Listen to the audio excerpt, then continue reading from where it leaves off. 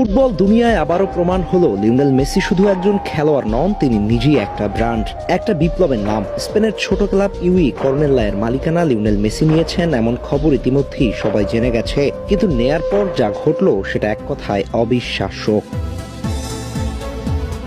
মাত্র 24 ঘন্টা, হ্যাঁ শুধু একদিন আগে যে ক্লাবটির সোশ্যাল মিডিয়ায় ফলোয়ার সংখ্যা ছিল মোটে 39,000, এক দিনের ব্যবধানে সেটা লাফিয়ে পৌঁছে যায় 3,13,000-এ। কি অবিশ্বাস্য ব্যাপার ভাবা যায়।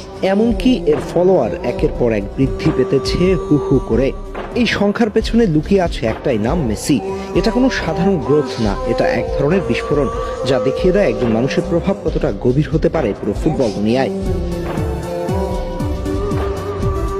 মজার ব্যাপার হলো, কর্নেলা আগে ছিল একেবারে লোকাল লেভেলের পরিচিত একটা ক্লাব, খুব বেশি আলোচনায় আসতো না, বড় কোনো ফ্যান বেজও ছিল না। কিন্তু মেসি নামটা যুক্ত হওয়ার পর মুহূর্তের মধ্যেই ক্লাবটি চলে এলো গ্লোবাল স্পটলাইটে।